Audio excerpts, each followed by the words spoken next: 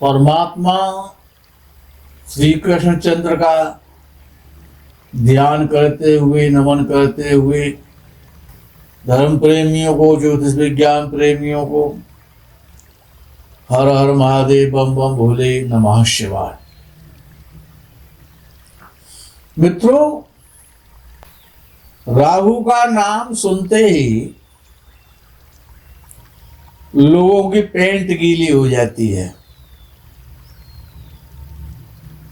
कोई कहता है राहु राक्षस है, बड़ा पापी है, पापग्रह कहा ज्योतिष शास्त्र ने उसको, बड़ा अशुभ है, पाखंडी है। राहु बृहस्पति का योग, राहु मंगल का योग बड़ा गलत मानते हैं।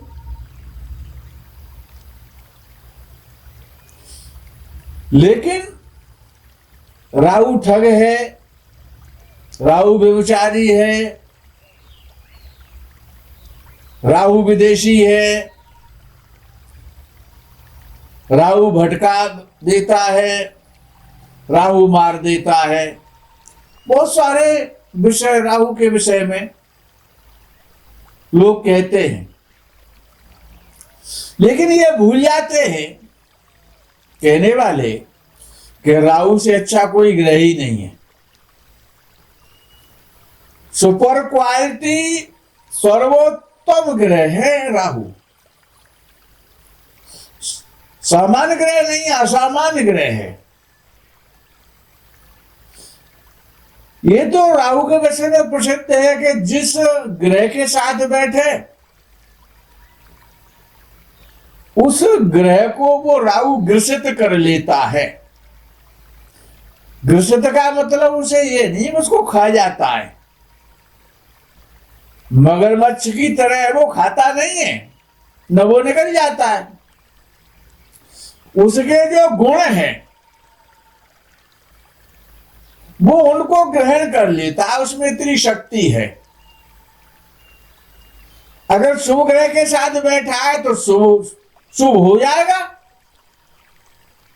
भाई बृहस्पति के साथ बैठा ये बड़ा गलत माना जाता है, जो गुरु चांडाल दोष है, सब लोग घबरा जाते हैं।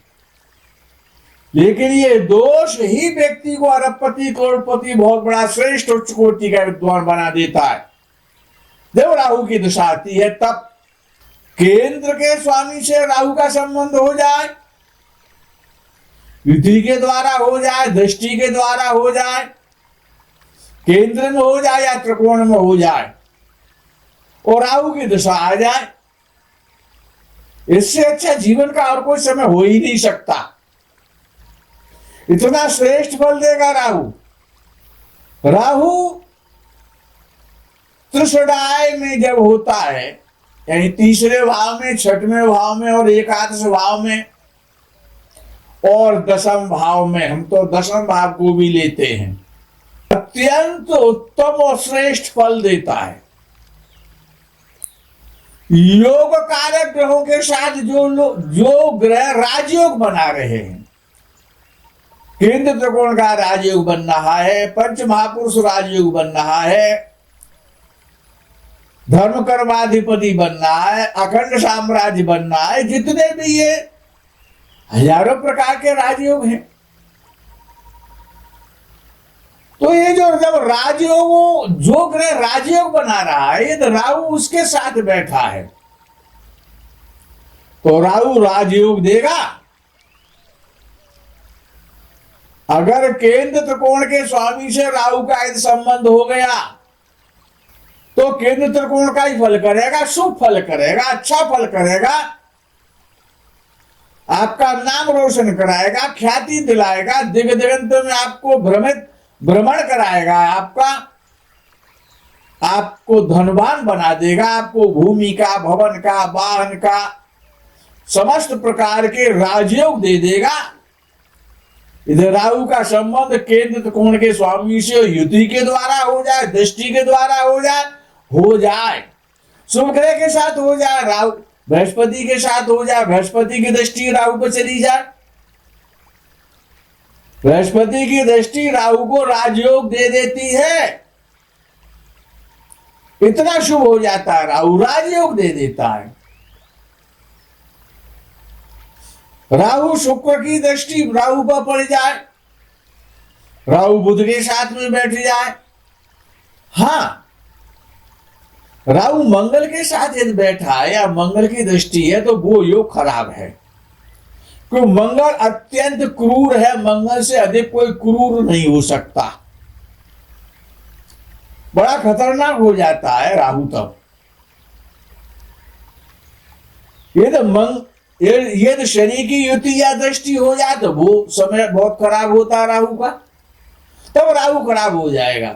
क्रूर और पापक ग्रहों के कारण राहु खराब होता है, शुभ ग्रहों से कभी राहु खराब नहीं होता।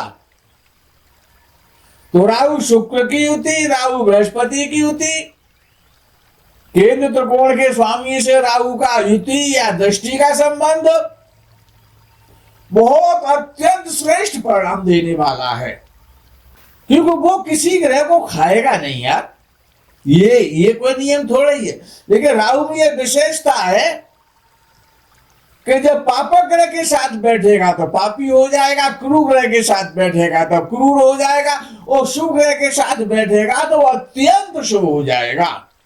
और राहु बहुत शक्तिशाली है, राहु की सत्ता के सामने, राहु की शक्ति के सामने, राहु जीवन का एक ऐसा केंद्र बिंदु है कि राहु मनोस्थिति है, मन के विचार है, मानसिकता है, मनोस्थिति से राहु का विशेष संबंध है। जो जीवन का जो उत्थान है और जो पतन है वो राहु के हाथ में उसका रिमोट कंट्रोल लगा हुआ है।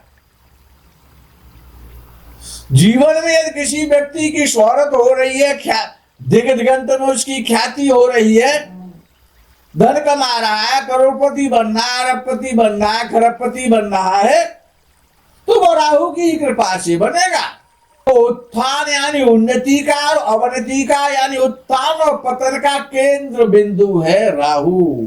चंद्रमा के साथ राहु अच्छा नहीं है, उन्माद पैदा करता है, पागलपन सवार कर देता है। ये तो राहु दशम भाव में, एकादश भाव में, छठवें भाव में, चतुर्थ भाव में, पंचम भाव में होता है, तो याद कर लो अपनी दिशा में राजयोग देगा, वो राहु राजयोग कारक है। दशम भाव, एकादश भाव, चतुर्थ भाव और पंचम भाव, तीसरा भाव और छठवां भाव, अगर इनमें राहु बैठा है तो संबंध हो गया केंद्र त्रिकोण का, और 3, 6, 10, 11 में तो राहु अच्छा फल देता ही देता है। तो ये श्रेष्ठ राजयोग है।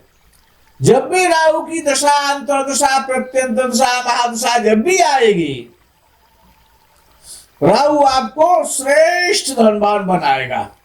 यदि राहु सूर्य और शनि के साथ बड़ा पॉइंटेड फैक्टर है, तीसरे भाव में राहु सूर्य के और शनि के साथ यदि बैठा है तो ये बड़ा महत्वपूर्ण श्रेष्ठ राजयोग है। तीसरे भाव में सूर्य भी बैठा है और शनि भी बैठा है और राहु भी बैठा है, तो ये बड़ा भाग्यशाली लोगों को प्राप्त होता है ये योग।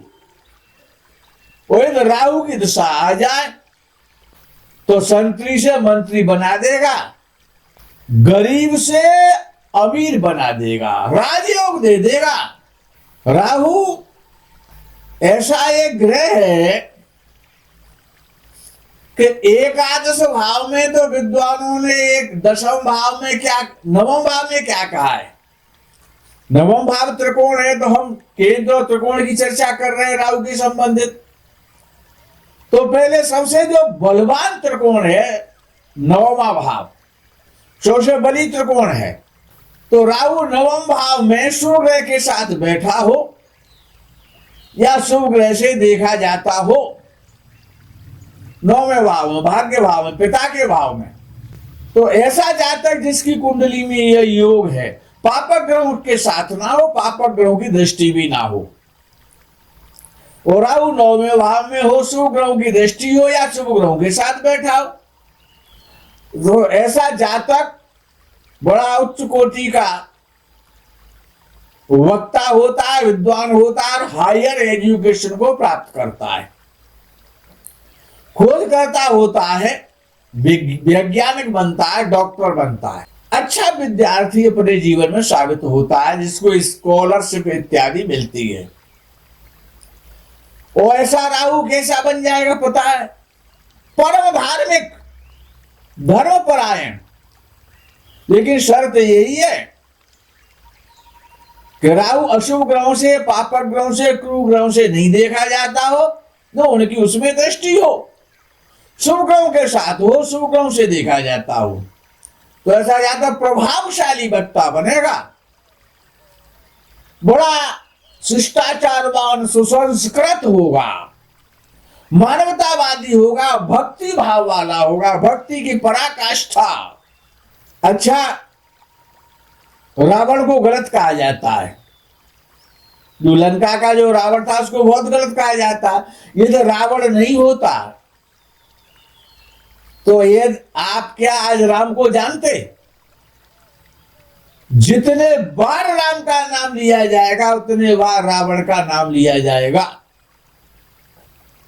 और रावण जैसा विद्वान, रावण जैसा तपस्वी, रावण जैसा शक्तिशाली,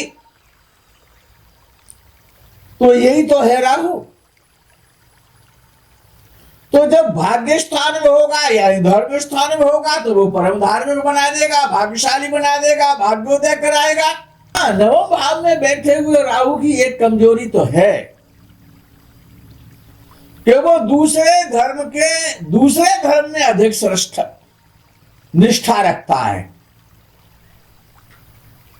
अपने धर्म को तो मानता है, अपने धर्म का विद्वान बनाता है, अपने धर्म में आस्था रखता है, लेकिन जो निष्ठा है वो दूसरे धर्म में भी रखता है। दूसरे धर्म का वो दुष्प्रचार नहीं करेगा, फिर दूसरे धर्म को श्रद्धा की दृष्टि से ऐसा व्यक्ति देखता है। और राहु दशम भाव में तो राजयोग देता ही देता है। यदि राहु की दशम भाव में बैठा है राहु और उसकी मादशांत दशा आ जाए तो राजयोग फलित हो जाएगा। लेकिन बात यहीं पर है कि अशुभ ग्रहों से, पापक ग्रहों से राहु ना देखा जाए। दशम भाव में यदि राहु की यदि सूर्य के साथ हो गई तो ये कष्ट देने वाली है, समस्या प्रदान करने वाली है, ये अच्छा योग नहीं है। और शुभ दृष्टि है, शुभ ग्रह का साथ है, और राहु सम्मान दिलवाएगा, सत्यवादी बनाएगा, ईमानदार बनाएगा, मानवतावादी बनाएगा, देश देशांतर की यात्रा कराने वाला बना देगा। और दशम भाव तो जीवन का सर्वोच्च हाईएस्ट पोजीशन का भाव है, तो आपको हाईएस्ट पोजीशन पे ले जाएगा राहु, उच्च पद दिलवाएगा, उच्च सम्मान दिलवाएगा।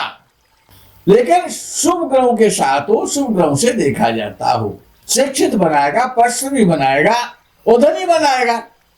अब विषय आता है कि राहु 11वें भाव में क्या करता है।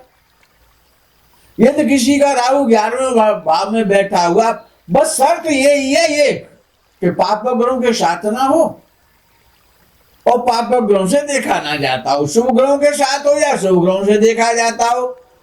तो एकादश भाव में राहु माता की तरह रक्षा करता है व्यक्ति की, जातक की। ऐसा जातक जिसका राहु शुभ प्रभाव में है 11वें भाव में, तो ऐसा जातक हथियारों का प्रयोग करने में बड़ा दक्ष होता है, माहिर होता है। 11वें भाव में राहु आकर्षक बनाता है, दयालु बनाता है, और विदेश की यात्रा कराता है, और विदेश में भी वास करा देता है। राहु 12वें भाव में बहुत खराब मान लेते हैं। 12वें भाव में राहु बहुत खराब माना जाता है, और तीसरे, छठे, दशे, एकादश भाव में राहु बहुत अच्छा माना जाता है। सभी बुरे प्रभावों से मुक्त कर देता है, बल प्रदान करता है, शुभता देता है। वो यदि किसी का राहु केंद्र या त्रिकोण में बैठा है, फल शुभ कब देगा?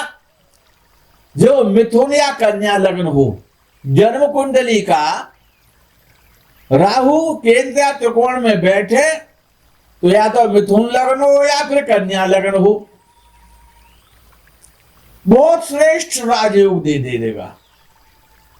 उत्तम कोटि का राजयोग है ये। वहां पर उच्च का बृहस्पति, उच्च का शुक्र, पंच महापुरुषों सभी फेल हो जाएंगे।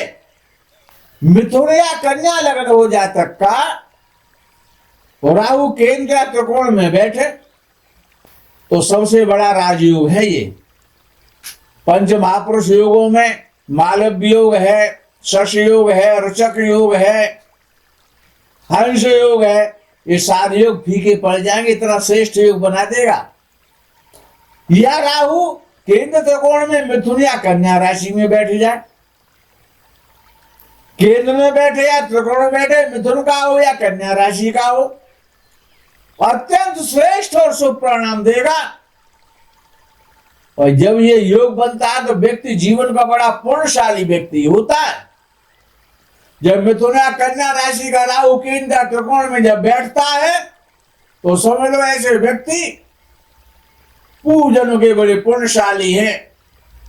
अनेक जन्मों के जब पुण्य उदय होते हैं, पुण्य राशि एकत्रित होती है, तो मिथुन या कन्या राशि में राहु केंद्र त्रिकोण में बैठता है। या लग्न मेष हो, वृषभ हो या कर्क हो, और राहु केंद्र त्रिकोण में बैठ जाए, याद कर लो, मेष लग्न हो, वृषभ लग्न हो या कर्क लग्न हो, और राहु केंद्र त्रिकोण में बैठ जाए तो माला माल कर देगा, अरबपति बना देगा, खरबपति भी बना सकता है, उसमें कोई संदेह नहीं है। बड़े से बड़ा पद दे देगा जब राहु की मालसा जब अंतर्दशा आएगी। या केंद्र त्रिकोण में मेष राशि, वृषभ राशि या कर्क राशि में राहु बैठ जाए, केंद्र में या त्रिकोण में बैठे मेष राशि, वृषभ राशि और कर्क राशि, बड़ा उच्च कोटि का राजयोग है। भूमि का सुख है, भवन का सुख है, शरीर का सुख है, संतान का सुख है, परिवार का सुख है, लग्जरी लाइफ का सुख है, देश विदेश का सुख है, यात्रा का सुख है। व्यक्ति राजा के समान जीवन यापन करता है। मित्रों, आज के प्रकरण में यही विराम करते, आगे के प्रकरण का आप इंतजार करें। तब तक के लिए हर हर महादेव, बम बम भोले, नमः शिवाय। जय गौ माता की।